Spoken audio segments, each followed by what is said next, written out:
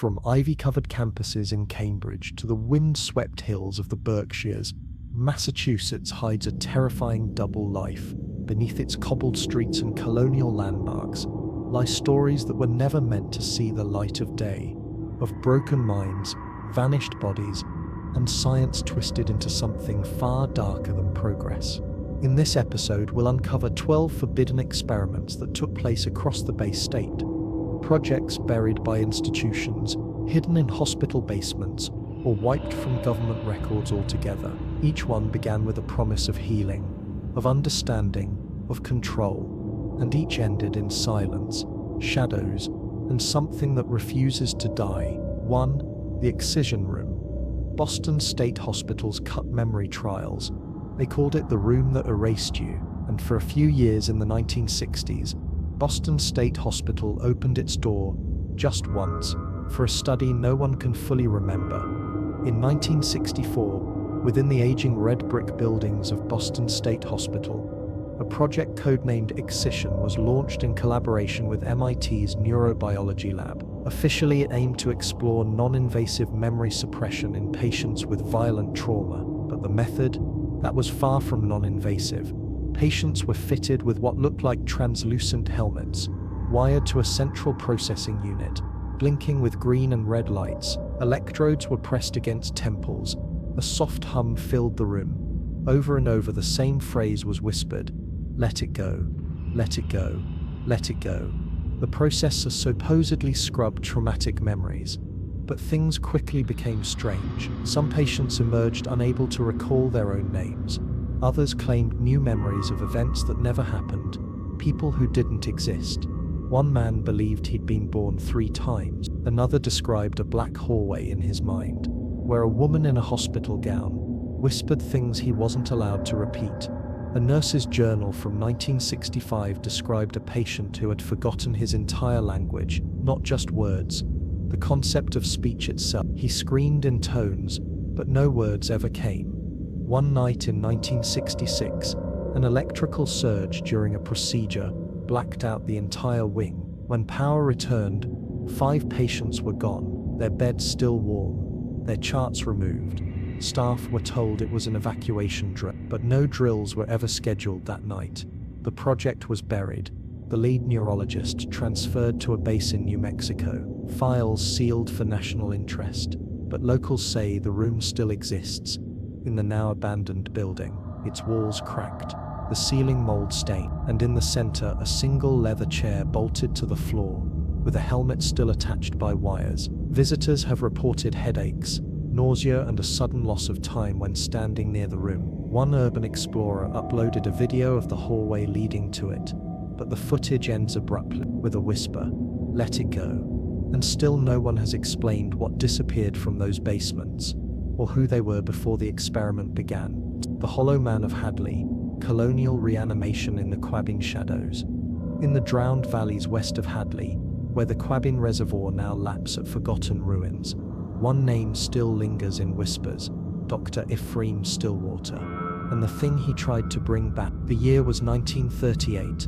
The same year 4 towns were condemned and flooded to create the Quabbin Reservoir. As homes were evacuated and cemeteries relocated, something else moved into the emptied land. A lab, temporary, unmarked, military adjacent. Stillwater, once affiliated with Harvard School of Anatomy, had a theory that human consciousness could be coaxed back into the body through vibrational re-stimulation. A fusion of early EEG experimentation and ancient Puritan funeral rites. He called it the Hollow Protocol, with corpses acquired from the disinterment process, some dating back to the 1700s. He began his work. Subjects were laid in iron caskets, fitted with copper nodes, then submerged in chambers that pumped in low-frequency sound, synthetic oxygen, and ammonia-rich vapor. The goal wasn't just revival. It was resonance, the return of identity, memory, spirit. Records are scarce, but a letter from an assistant survived in a private archive. They opened their eyes, Ephraim, not like dolls, not like corpses. They looked angry, and one whispered something in Old Wampanoag tongue before the tank cracked open. Then the animals began disappearing. Stray dogs, crows, coyotes, all found eviscerated, organs removed, but with surgical precision. And then came the screaming from the trees at night, voices that didn't match any throat. By 1940, a state survey crew found the lab abandoned. No signs of struggle, just deep gouges in the concrete floor, claw marks, and a leather-bound book filled with funeral prayers rewritten in scientific formulae.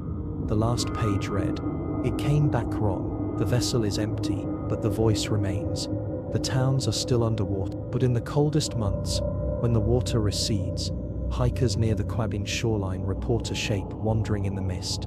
A thin, skeletal figure with no eyes, just a stretched mouth, always open. And sometimes when the fog drifts inland, people forget how they got there, forget where they were born, who they are, as if the hollow man is still searching for a name, a body, a second chance." The Lowell Mirror Trials. Thought loops in a Harvard sub-basement, in the heart of Cambridge, beneath one of Harvard University's lesser-known lecture halls. There's a room that's been sealed since 1971, a room full of mirrors, not for vanity, but for memory, distortion and control, known internally as the Lowell Mirror Trials. This experiment began in 1969 under the Department of Psychology, allegedly funded by an anonymous defense entity. It was disguised as a perception study, but what they were testing was far more dangerous. Induced feedback loops of cognition using mirrored stimuli. Subjects, mostly grad students desperate for stipends, were seated in a hexagonal chamber lined entirely with reflective surfaces. A single overhead light flickered.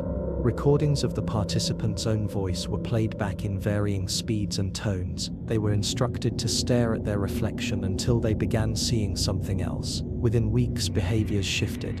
Some students refused to exit the chamber. Others developed mirror phobias. One scratched a spiral into his own cheek, claiming it was how the other side talks. A teaching assistant found her twin sister's reflection mimicking different movements than her own. One file leaked decades later records a subject screaming, it's not me in there anymore." A visiting military consultant shut the study down in March but before the lab could be dismantled, a graduate fellow named Jonathan Krause locked himself inside the chamber and broke every mirror from the inside. The janitor who found him said the boy was curled into the fetal position, whispering, "I saw all the versions of me that never got out." The university covered it up. Officially, the sub-basement suffered structural issues, but blueprints show the chamber still exists, buried beneath a sealed access panel labeled room. To this day, students whisper about mirror bleed moments when their reflection smiles too slowly or their hand moves a beat behind. One senior reportedly vanished during a Halloween dare after prying the panel open. And there are those who say you can still hear looping audio through the floor, soft distorted echoes of old voices, saying, "Is that you? Is that you? Is that?" So what if the mirror doesn't just reflect? What if it records and waits for you to come back? 4. The Blue Cross Project. Fort Devens soldiers who stopped sleeping. West of Boston, nestled in pine woods and secrecy, Fort Devens was once a hub for training and intelligence. But in the early 1950s, long before the public heard the word PTSD, the base hosted a classified experiment that left men awake for life, or something worse. It was called Project Blue Cross, a Cold War-era initiative aimed at creating the ideal battlefield operative, one who didn't need sleep, didn't dream, didn't break. Officially, it tested alertness drugs on volunteers returning from Korea. Unofficially, it explored neurological irradiation using modified X-ray emitters and sonic pulses. Soldiers were placed in isolation chambers for days, their circadian rhythms dismantled. Machines whispered commands in sleep cycles they never entered. By day 5, they saw movement in the corners. By day 10, they heard voices telling them how they were supposed to die. One surviving test subject later confessed, "I haven't slept since 1953. I close my eyes, and it's not dreams, it's coordinates, and something calling me back." Medical reports, now redacted, detail spontaneous brain bleeds, hallucinations of blue light figures, and one man who tore out both eyes, saying he could still see the place between minutes. So then came the night of the black sirens, a power failure that triggered all test chambers simultaneously. Guards heard screaming from inside, not from the soldiers, but from something else, something that had learned their voices.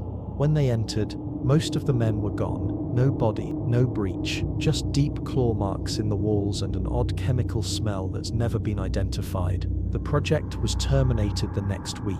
The chambers sealed with lead. One colonel shot himself hours after signing the shutdown order. Today, the old Blue Cross wing is abandoned, but those living near Devens report strange patterns in their dreams, coordinates they've never seen before, yet wake up trying to draw. One man disappeared entirely after sleepwalking toward the base perimeter, and some say, if you drive past Fort Devens on a night without stars, you'll see a single blue light hovering in the trees, and a voice whispering, "Don't sleep, don't wake, come back." The Chelmsford Nest, insect trials and the skin that remembered. On the outskirts of Chelmsford, Massachusetts, just past where the Merrimack River curves like a warning, an abandoned greenhouse sits in overgrowth, but locals call it by another name, the Nest. In 1987, the facility was part of a short-lived agricultural biotech program partnered with UMass Lowell. Its cover project involved studying pollinator patterns in hybrid crops. The real operation, internally called Vermina, was a DARPA-funded trial focused on biologically embedded sensors using insect nervous systems. Technicians implanted microtransmitters into hornets and beetles, attempting to control their flight via pheromone pulses and light cues. They weren't interested in agriculture. They were training insects for surveillance, and worse, delivery of chemical agents. But something changed in the bugs. Soon test specimens began exhibiting coordinated behavior. Hive swarms would shape themselves into patterns, circles, sigils. One swarm reportedly hovered over a researcher's body for 6 straight hours after his death, never dispersing. His skin had holes, but no stingers. Then came the infestation. Lab techs complained of itching that wouldn't stop. One man clawed through his own arm, believing larvae were beneath it. Surveillance footage showed another sobbing in the greenhouse, saying, "They're in me, not under. In they know what I dream." The program was shut down in late 1988, after an internal breach released several thousand modified insects into the air vents. Only 2 workers were hospitalized, but their records have vanished, and their families reported both were buried without autopsy. Today, the building still stands swarmed in ivy, thick with silence. Teenagers dare each other to touch the rusted door. Some return with rashes. Others say they hear humming from inside. Not bees, not wings, but something that sounds like whispers from mouths too small to see. And once a year, always in August, a cloud of hornets appears over the Chelmsford River. They form a spiral, they vanish, and no one knows why. What if evolution doesn't wait? What if we taught them too well? The Harmonic Labyrinth, sonic warfare beneath Northampton. Deep beneath Northampton's Smith Vocational School lies a system of tunnels no longer shown on city maps. Locals know them only as the Harmonic Labyrinth, a name whispered by old janitors and students who swear they've heard music where no instruments play. The origin traces back to 1949, when a classified joint operation between the University of Massachusetts and the Naval Research Laboratory launched Project ESO Glass, an attempt to weaponize acoustics for psychological warfare. The goal, to create frequencies that could alter perception, induce obedience, or drive targeted populations into temporary psychosis. Test chambers were built underground, curved concrete tunnels, lined with quartz tiles and hidden microphones. Prisoners from county jails were used as subjects. They were exposed to layered frequencies that mimicked music but carried no melody, only sensation, anxiety, dread, euphoria, submission. One subject reportedly screamed, "It's not sound, it's memory. It's eating my memory." Another blindfolded man described seeing shapes in the tones, geometric horrors that didn't belong to Earth. Staff began experiencing side effects, nightmares, sudden nosebleed. A composer on the team suffered a mental collapse and carved treble cleves into his skin, muttering, "They're singing me backward." After a collapse in one tunnel in 1952, 3 staff were buried alive. Their bodies were never recovered. The project was deemed unstable and quietly shut down, but the tunnels were never filled. They were sealed.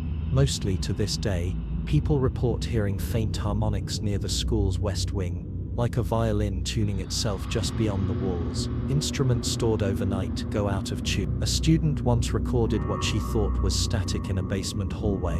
Playback revealed a chorus humming her name. The most chilling account came from a former security guard who vanished for 3 days. When found, he was curled in fetal position, whispering, "The sound is inside now. The walls hum when I sleep." And some say if you enter those tunnels during a thunderstorm, you'll hear the choir, and it'll know your name too. Because what if sound isn't just vibration? What if it's invitation? 7. The drowned language of Deerfield.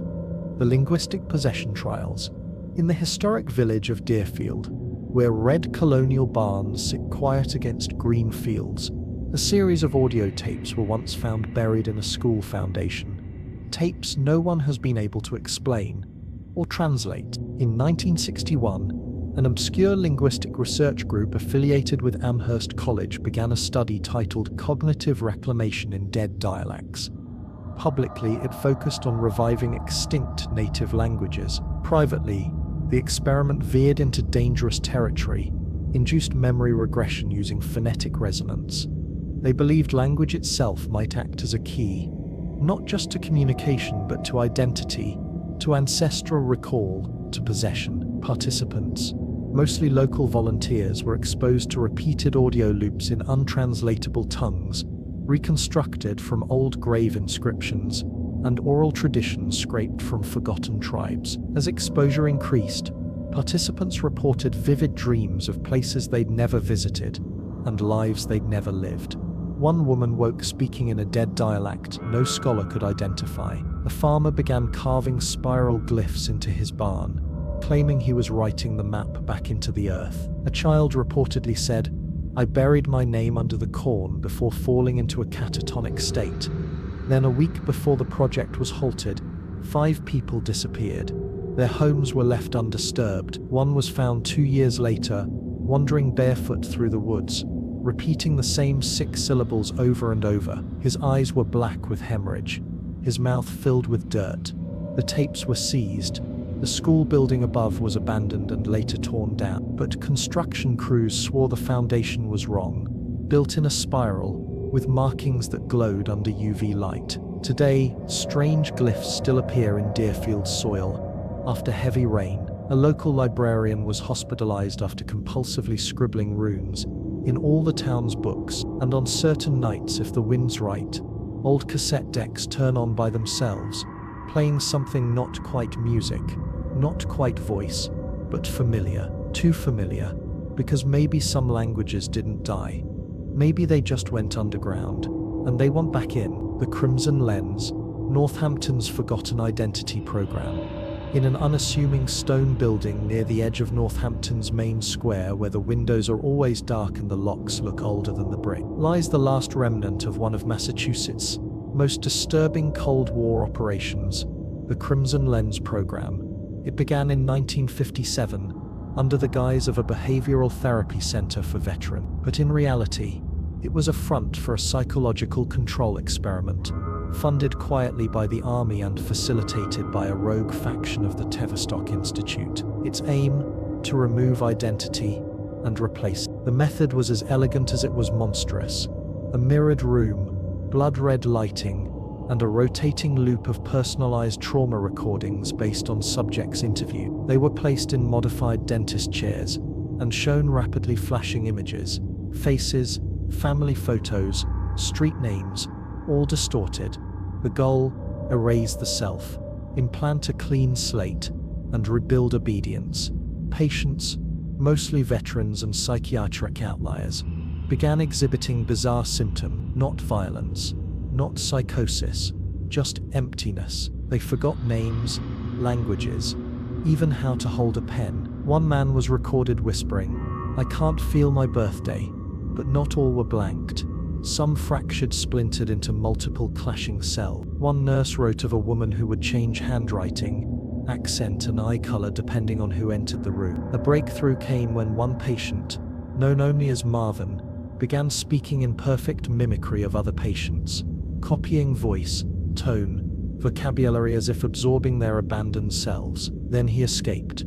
The project shut down in 1960, and all records were marked lost in transfer. But the building still stands, locked, untouched. Residents nearby report seeing red flickers in the windows at night, though no power runs to the site. One teenager who broke in on a dare came out mute, and has remained so for 3 years. And every so often, someone in town gets a call from a disconnected number. The voice on the line simply asks, "Do you still remember who you were before the chair?" Because some mirrors don't reflect, they record, and they replay. The Sandmouth Recall Experiments. Memory bleed at Plum Island, off the northern coast of Massachusetts.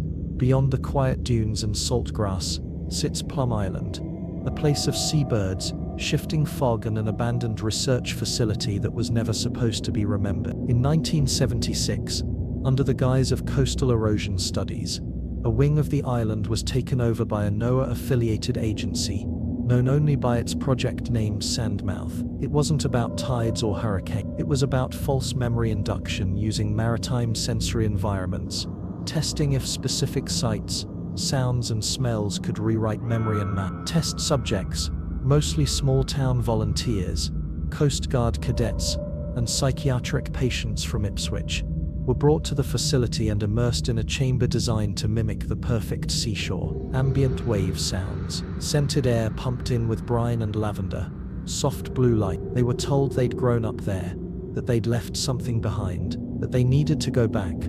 After just 3 days, most began producing detailed memories of events that never happened, childhoods they never lived, relatives who didn't exist. One woman drew a lighthouse in perfect architectural detail. There was no lighthouse, then came the bleeding. Subjects began experiencing auditory overlap, hearing conversations no one around them remembered having. A technician was found walking waist deep into the surf, repeating, "They're in the undertow, they want my name." 1 week after this incident, the project was abruptly terminated, but a departing agent scrawled one final note. "The sea doesn't give you false memory. It gives you older ones, ones that didn't belong to you." To this day, people who spend time near Plum Island report moments of mental absence, calling their spouses by the wrong name, dreaming of islands that don't exist, speaking in accents they've never had. And some boaters say that on moonless nights, if you drift too close to the southern shore, you'll hear voices asking, "Do you remember now? Do you remember us?" Maybe memories aren't made. Maybe they're buried. And maybe the sea's been trying to give them back. 10. The Circuit Widow Death Repetition Study in Worcester. In the industrial depths of Worcester, Massachusetts, behind a rust-stained brick warehouse that once hummed with machine work, a secret experiment took place. One that tried to answer a question science was never meant to ask. What happens in the moment just before death, and can it be copied? The project began in 1965. Deep within the Worcester Institute of Behavioral Neurology. Labeled simply as Echo Nerve, it received quiet funding from an undisclosed Defense Department office and employed a strange blend of neuroscientists and early computer engineers. The goal? To isolate the precise electrical signature of death. Patients at the edge of terminal illness were fitted with cranial caps lined with silver filaments. Their final seconds, brainwaves, synaptic discharge, pupil dilation, were recorded onto magnetic reels. Then the real horror began. Scientists fed those recordings back into living volunteers, using a closed-loop neurostimulator. At first, nothing happened. Then the test subjects began to behave. One woman repeated the final sentence of a stranger's death, a phrase in a language she didn't know. Another kept opening and closing a drawer every 3.2 minutes, exactly as the original donor had done in his final hour. One man began writing names he'd never heard of. Then one day he asked a researcher, "Is your sister's cancer gone yet?" A fact he could not have known. She died that week. It culminated when a subject hooked to the system overnight, flatlined without warning. He died with his eyes wide open, a smile on his face and a final word whispered, "Loop." The entire floor was shut down. Records vanished. The reels were supposedly destroyed, but a former janitor said that one time, just once, he heard the playback system running in the middle of the night. The hallway lights flickered. The building smelled faintly of burnt hair, and from inside the chamber he heard every subject, all of them speaking at once. Today, no one uses that wing of the building, but students claim if you lean close to the old power conduits, you can hear faint whispers in perfect repetition. Some say the recordings were never erased. Some say they're still looping, And some say death is not a moment, it's a signal. The Saintsville procedure. Resurrection trials in Southbridge. In the faded town of Southbridge, tucked behind a decommissioned Catholic school, stands a chapel with boarded windows and rusting bell. Its last known priest vanished but the locals know what it really was. A resurrection clinic disguised as faith. It began in 1948, when a mysterious order of medical missionaries called the Brotherhood of Saintsville arrived in town. Publicly, they offered hospice and end-of-life care. Privately, they performed the procedure, a mix of medical revivalism and sacred rite they claimed could cheat death. Backed by a private foundation based in Lowell, the Brotherhood used a cocktail of atropine, early defibrillation prototypes, and an undocumented serum they only referred to as fourth salt. Patients were cooled to near death, then revived under intense prayer, Gregorian chants and focused electromagnetic fields, a ritual they called pulling the soul backward. At first it seemed miraculous. 2 children revived from drowning. An elderly woman brought back after being declared dead for 11 minutes. Local newspapers whispered of saints among us, but soon the returned began to change. They stopped blinking, stared for hours at corners of rooms. One child refused to speak unless in Latin. Another patient carved crosses backward into her walls and refused to eat unless fed communion. A nurse's journal found years later in a flooded crawl space describes a revived man saying, "There's no God there, just mirrors, just others trying to get out." After a failed revival resulted in a fire and spontaneous facial ossification, bones growing outside the skin, the town demanded answers, but the Brotherhood was gone, left overnight. The chapel sealed, but inside, police found a slab with leather straps, glass vials filled with blackened fluid, and a single sentence carved into stone: "He rose, but not alone." Today, no one enters the chapel. Teens who've tried report hearing breathing in some. One claimed he saw himself kneeling at the altar before he actually did. Locals speak of the returned still living quietly in nearby farms, never aging, never blinking, watching, because some prayers are answered, but not by who you think. The Black Vault of Berkeley, the town that forgot it had a lab. In the wooded edge of Berkeley, Massachusetts, where the Taunton River curls like a vein through old Wampanoag land, there's a building not on any official map. No name, no just a rusted gate and a long drive that vanishes into pine. The locals call it the Black Vault. But here's the thing, most locals don't even remember why. In 1982, under a false front called Tidewater Diagnostics, a low-profile facility was built with quiet federal funding. Its purpose to study mass forgetfulness, the kind that strikes entire towns, the kind that rewrites community memory itself, using aerosolized compounds laced with psychoreactive enzymes, and low-frequency sound arrays hidden in streetlights. The vault tested whether entire neighborhoods could be selectively blanked to forget trauma, chemical spills, sightings, even experiment. One early test involved erasing the memory of a warehouse fire that killed 4 employees. Within weeks, interviews showed nobody remembered the warehouse ever existed. Blueprints were gone. Even obituaries disappeared. But something went wrong. Residents began forgetting more: birthday, street names, where they lived. One woman called the police claiming her house wasn't hers anymore, even though she'd lived there 30 years. Children drew homes that didn't exist, and adults began referring to a 5th-grade teacher no one could prove was real. A neurochemist involved in the project fled the state, leaving behind a note: "It's not forgetting, it's replacement. The memories aren't gone, they're just under something else." The facility was sealed in 1985. No official records remain, but locals still pass that empty lot on Route 38, feeling a pull like something wants to be remembered. And sometimes, if you listen hard enough by the chain-link gate, you'll hear static, and a voice muffled and low, whispering a single word: again. Maybe Berkeley didn't lose its memory. Maybe it was taught not to remember.